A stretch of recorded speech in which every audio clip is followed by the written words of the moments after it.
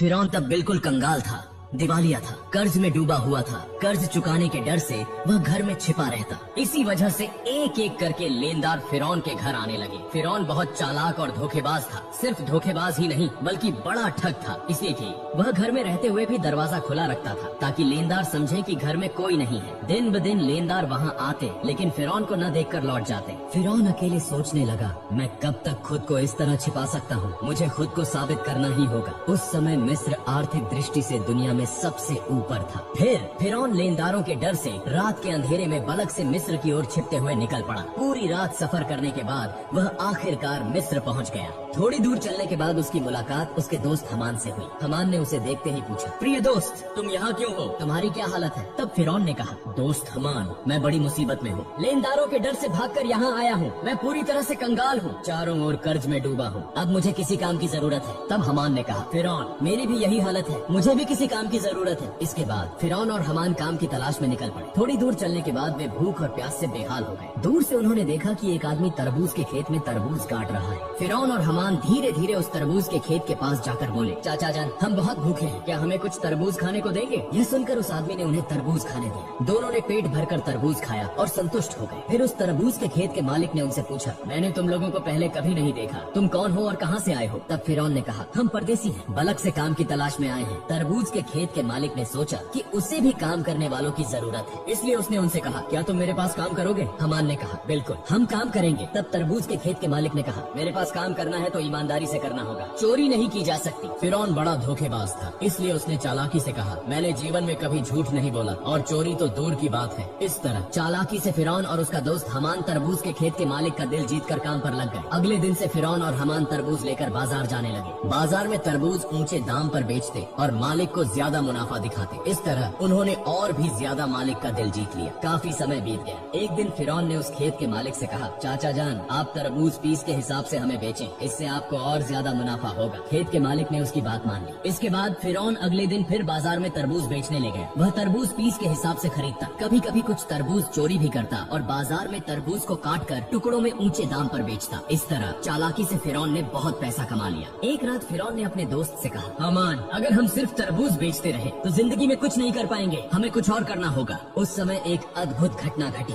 मिस्र के बादशाह ने अपनी सेना के माध्यम से देश में एक घोषणा जारी की। सैनिक विभिन्न स्थानों पर जाकर कहने लगे, यह सूचित किया जाता है कि मिस्र के कब्रिस्तान में एक चौकीदार की आवश्यकता है। यदि कोई व्यक्ति इस नौकरी को करना चाहता है तो वह तुरंत मिस्र के बादशाह के दरबार में संपर्क करे। यह कहकर सैनिक वहाँ से चले गए। इस बात को प्रत्यक्ष और परोक्ष रूप से सुनने के बाद फिरौन ने अपने दोस्त हमान से कहा, हमान, चलो हम राज दरबार में चलते हैं। हमान ने कहा, मुझे लगता है कि यह संभव नहीं होगा। तब फिरौन ने कहा, इस काम को हाथ से जाने नहीं देना चाहिए, चलो एक बार कोशिश करते हैं। इसके बाद फिरौन और हमान बिना देरी किए मिस्र के राज दरबार में पहुँचे। मिस्र के बादशाह ने उनसे पूछा, तुम लोग कौन हो और क्या चाहते हो? तब फिरौन ने हाथ जोड़कर निवेदन किया, मैं एक मुसाफिर हूँ, परदेश से आया हूँ, मैं बहुत ही जरूरतमंद हूँ। मैंने सुना है कि आप कब्रिस्तान के चौकीदार की नियुक्ति करेंगे, कृपया मुझे यह नौकरी दे दे, मैं जीवन भर आपका आभारी रहूंगा। मिस्र के बादशाह ने फिरौन को देखकर मन ही मन सोचा, उसका शरीर मजबूत है और चेहरा भी अच्छा है, लगता है वह इस काम को कर पाएगा। यह सोचकर बादशाह ने फिरौन को कब्रिस्तान के चौकीदार की नौकरी पर नियुक्त कर दिया। अगले दिन से फिरौन मिस्र के कब्रिस्तान में चौकीदारी का काम करने लगा। दिन रात वह कब्रिस्तान के गेट पर खड़ा रहता। पास ही एक छोटे से कमरे में उसका दोस्त हमान और वह दोनों साथ रहते थे। एक रात कुछ लोग एक मृत शरीर को दफनाने के लिए आए, लेकिन फिरौन ने उन्हें रोक दी।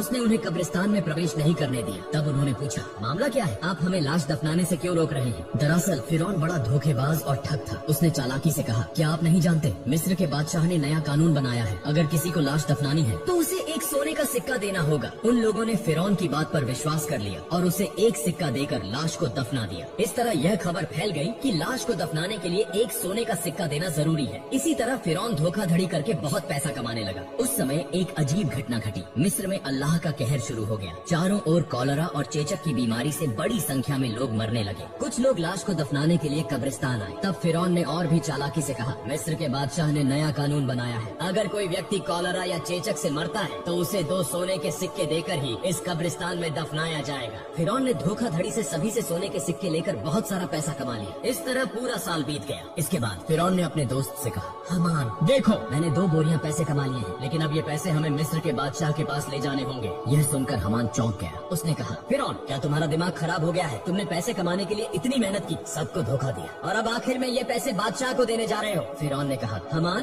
धैर्य रखो, मेरी चालाकी धीरे धीरे सामने आएगी। इसके बाद बिना देर किए अगले दिन फिरौन और हमान 2 बोरियां सोने के सिक्कों की लेकर मिस्र के बादशाह के दरबार में पहुंच गए। मिस्र के बादशाह ने उनसे पूछा, क्या बात है, तुम लोग बोरियां लेकर राज दरबार में क्यों आए हो? तब फिरौन ने कहा, जहां पनाह, मैं 2 बोरियां सोने के सिक्कों के साथ आया हूँ। यह सुनकर बादशाह के मंत्री ने उन्हें डांटते हुए कहा, तुम्हारी हिम्मत कैसे हुई कि तुम मिस्र के बादशाह के सामने खड़े होकर पैसों का घमंड दिखाओ? तब मिस्र के बादशाह ने पूछा, इतने सारे सोने के सिक्के तुम्हें कहाँ से मिले और तुम इसे यहाँ क्यों लाए हो? तब फिरौन ने कहा, जहाँ पनाह, जो लोग मृत लाश को दफनाने आते थे उनसे मैं 1 सोने का सिक्का लेता था। इसके अलावा इसमें मेरी तनख्वाह के पैसे भी शामिल हैं। मेरा असली मकसद यह है कि मिस्र में पिछले 2 साल से जो गरीब लोग कर नहीं चुका पाए, उनकी ओर से मैं ये सोने के सिक्के आपको दे रहा हूँ। कृपया उनकी कर माफी कर दीजिए। यह सुनकर वहाँ मौजूद सभी लोग हैरान रह गए। मिस्र के बादशाह उसके इस कार्य से प्रभावित हुए और उस पर विशेष ध्यान देने लगे। अगले दिन से पूरे मिस्र में यह खबर फैल गई कि एक कब्रिस्तान का चौकीदार ने मिस्र के गरीब लोगों का 2 साल का कर चुका दिया है। पूरे मिस्र के लोग कहने लगे, इतना अच्छा इंसान पूरे मिस्र में दूसरा कोई नहीं हो सकता। अगर यह व्यक्ति हमारे देश का बादशाह होता तो हम कितने सुखी होते। इसी तरह पहले मिस्र के बादशाह और फिर मिस्र के लोगों का दिल जीत लिया। इसके बाद काफी समय बीत गया। एक दिन मिस्र के बादशाह का वृद्धावस्था के कारण निधन हो गया। इसके बाद चारों तरफ चिंता फैल गई कि दूसरा रमेसेस मिस्र का बादशाह कौन होगा। कुछ दिनों बाद राज दरबार में एक आपातकालीन बैठक बुलाई गई। वहाँ मौजूद विद्वानों में से एक ने कहा, इस तरह मिस्र के बादशाह का सिंहासन खाली नहीं रखा जा सकता। मिस्र का अगला बादशाह कौन होगा, इस पर सब चर्चा करें। तब वहाँ मौजूद एक व्यक्ति ने कहा, हुजूर, हमें लगता है कि जो लड़का कब्रिस्तान का चौकीदार है यानी फिरौन,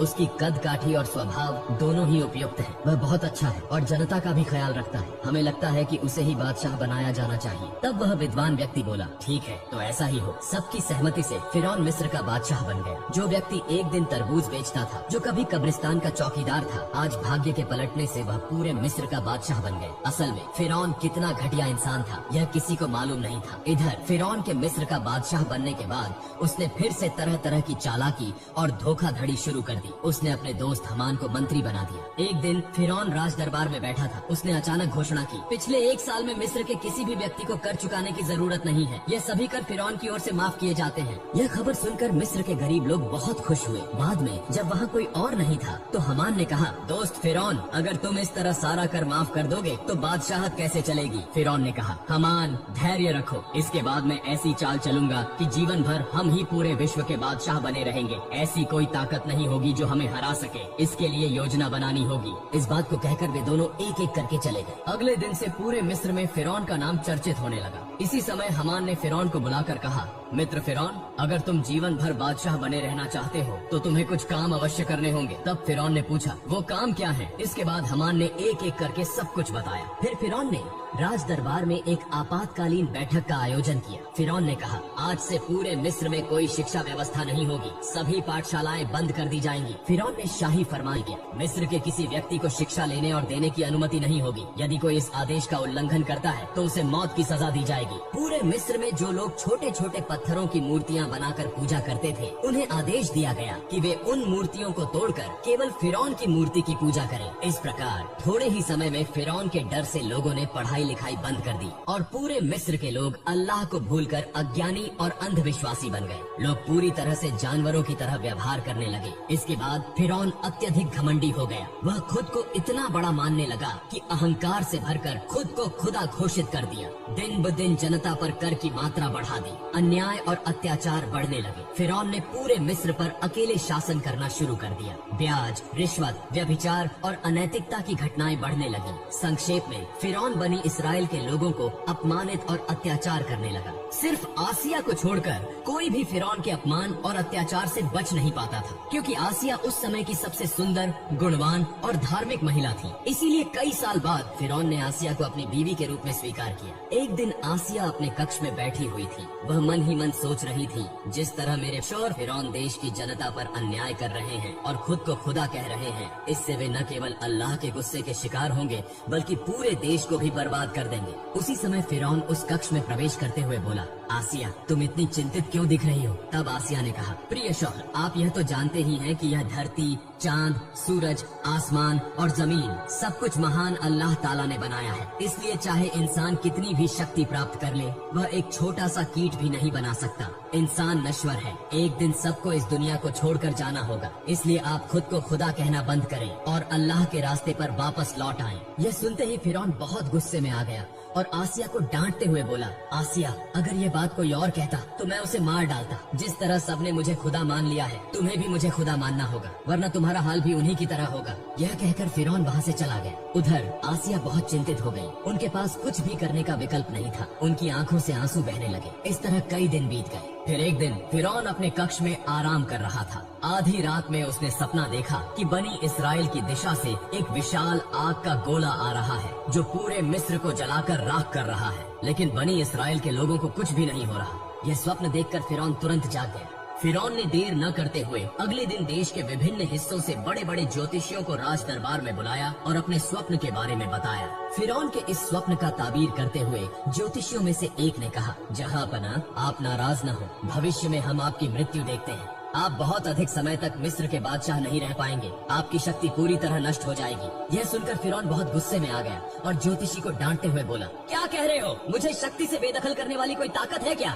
तब ज्योतिषी ने कहा, बनी इसराइल में से एक लड़का जिसका नाम मूसा है आपकी शक्ति समाप्त कर देगा। यह कहकर वे वहाँ से चले गए। कुछ दिन बाद फिरौन ने हमान से कहा, मिस्र के हर घर में यदि कोई लड़का बच्चा हो तो तुम अपनी सेना लेकर उसे मार डालो। फिरौन के आदेश पर हमान अपनी सेना के साथ मिस्र के हर घर में घुसकर बेटों को मारने लगा। तफसीरकारों के अनुसार इस तरह लगभग 80,000 बेटों की हत्या करने के बाद फिरौन ने फिर से मिस्र के सबसे बड़े ज्योतिषियों को गणना करने के लिए बुलाया। फिर ज्योतिषियों ने कहा, जहाँपना हम गणना करके देख रहे हैं, आपके द्वारा मारे गए लड़कों में मूसा नामक लड़का नहीं है। फिरौन ने कहा, अच्छे से गणना करो। इस बार ज्योतिषियों ने कहा, जहाँपना हम गणना करके देख रहे हैं, चाहे आप उसे मारने की कितनी भी कोशिश करें, आप उसे मार नहीं सकते। मूसा नामक यह लड़का आपकी शक्ति को नष्ट कर देगा और वह लड़का अब बच्चा है। यह सुनते ही फिरौन और गुस्से में आ गया और तुरंत आदेश दिया, तुम लोग हर घर में जाकर तलाशी लो, जहाँ भी मूसा होगा उसे मार डालो। यह खबर पूरे मिस्र में फैल गई। तब हजरत मूसा अलैहिस्सलाम की माँ बहुत चिंतित हो गई। वह सोचने लगी,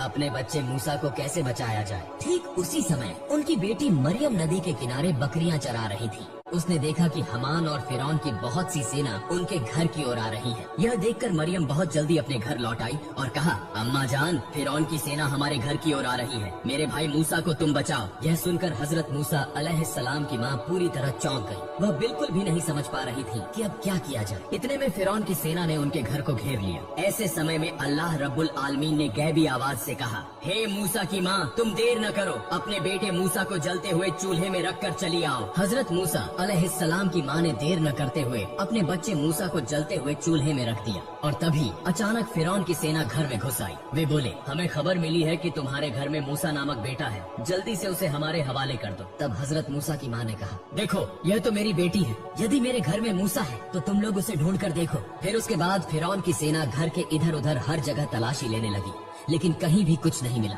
आखिरकार वे सभी वहाँ से चले गए। फिर हजरत मूसा अलैहिस्सलाम की माँ रोते रोते उस जलते हुए चूल्हे के पास गई और देखा कि हजरत मूसा अलैहिस्सलाम जीवित हैं और उसी जलते हुए आग में खेल रहे हैं। अल्लाह की कृपा से हजरत मूसा अलैहिस्सलाम का एक बाल भी आग में नहीं जल गया। तब हजरत मूसा अलैहिस्सलाम की माँ ने अल्लाह का शुक्र अदा किया और कहा, हे अल्लाह, तुम सभी शक्तियों के मालिक हो, तुम्हारी सारी प्रशंसा है। अल्लाह, तुमने मेरे बेटे मूसा को बचाया। इसके बाद हजरत मूसा अलैहिस्सलाम की माँ ने उसी रात एक सपना देखा। अल्लाह रब्बुल आलमीन कह रहे थे, तुम एक लकड़ी का संदूक तैयार करो और हजरत मूसा अलैहिस्सलाम को उस संदूक में रखकर नील नदी में बहा दो। इस बीच अल्लाह रब्बुल आलमीन ने हजरत जिब्राइल अलैहिस्सलाम को बुलाया और कहा, हे जिब्राइल, तुम जाओ और मूसा अलैहिस्सलाम की माँ की मदद करो। यह आदेश पाकर हजरत जिब्राइल अलैहिस्सलाम मूसा नबी के घर की ओर चल पड़े। सुबह हजरत मूसा अलैहिस्सलाम की माँ अपने घर के सामने बहुत चिंता में बैठी हुई थी। उसी समय देखा कि एक दरवेश उनके घर आया।